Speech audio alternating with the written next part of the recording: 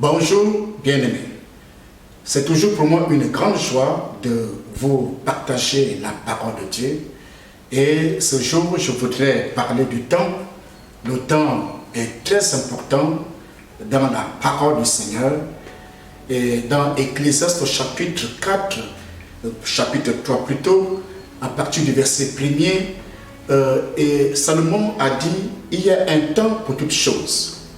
Un temps pour toutes choses, comme pour dire que dans le temps, des choses peuvent arriver, des bonnes choses, tout comme les mauvaises. Tout comme les mauvaises. Donc l'homme peut connaître un temps de bonheur, tout comme l'homme peut aussi connaître un temps de problèmes, un temps de difficultés, un temps difficile. Un temps difficile. Nous bénissons Dieu parce que Dieu peut le permettre. Nous avons l'image ou l'exemple de Job parlant justement des temps de bienfaits ou des temps de malheur. Il parlera à son épouse en disant ceci: tu parles comme une femme insensée. Quoi? Nous recevons de Dieu le bien et nous ne recevrions pas aussi le mal.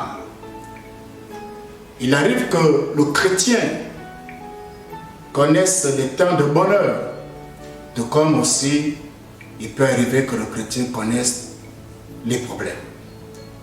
Nous n'avons pas à nous attrister parce que le mal nous arrive. Aujourd'hui, nous passons par des temps très difficiles.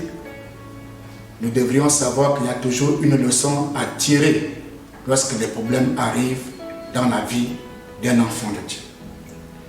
J'aimerais vous inviter à lire dans Ecclésiaste chapitre 7 au verset 14. La Bible dit ceci, Ecclésiaste 7 verset 14.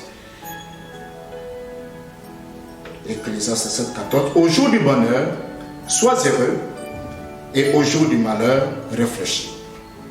Dieu a fait l'un comme l'autre, afin que l'homme ne découvre en rien ce qui sera après lui.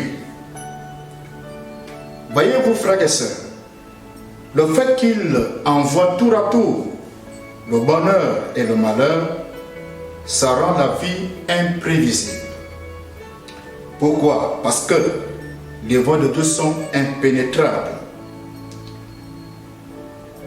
Au temps du bonheur que le chrétien savoure, et quand vient les temps difficiles, que le chrétien fasse tout pour mettre à profit ces moments d'épreuve, pour chercher à se mettre en règle avec le Seigneur. La Bible nous demande de réfléchir quand viennent les temps difficiles. Quand viennent les temps difficiles. Nous connaissons les temps difficiles. Oui, frères et sœurs, les temps très difficiles. La mort est aux portes de chaque homme, partout dans le monde entier. Et nous avons très peur. Nous étions heureux avant que ceci ne nous arrive. Et nous servions Dieu avec joie. Nous étions contents, parfois aussi imprudents, insensibles. Nous étions parfois comme si nous étions dans les vagues, faisant l'œuvre de Dieu avec beaucoup de mépris, avec beaucoup de négligence, avec beaucoup de négligence. Mais la vie coûte cher, la vie est très importante, tout comme le temps. Et lorsque Dieu nous donne le temps, ce temps doit être pour nous des temps à profiter au maximum. Des temps où nous devons faire preuve de nos capacités, des bienfaits que Dieu a mis en nous, le potentiel que Dieu a donné à chacun de nous, la possibilité de bien servir notre Dieu en tout et pour tout. Parfois nous, chrétiens bien-aimés, malheureusement, je le dis, c'est la vérité, nous ne sommes pas trop conscients des grâces et des faveurs que nous avons avec le Seigneur.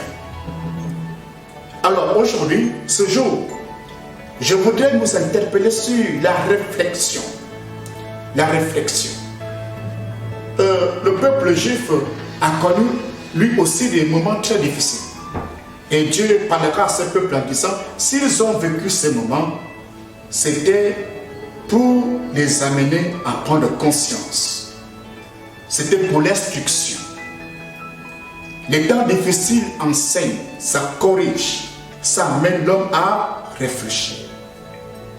De comment nous avons agi par le passé, comment nous nous sommes comportés par le passé, quelle était notre conduite, notre manière de faire, nos agissements.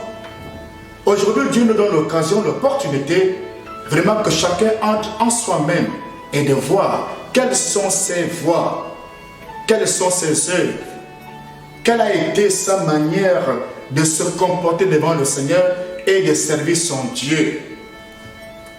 Bien-aimé. Mais aussi, après le confinement, après ce temps difficile, quelles sont nos perspectives?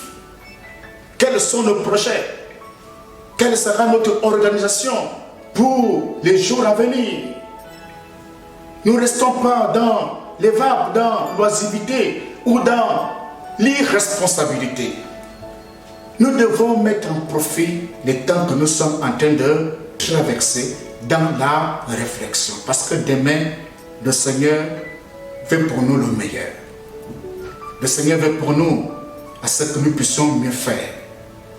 Vraiment que Dieu nous aide.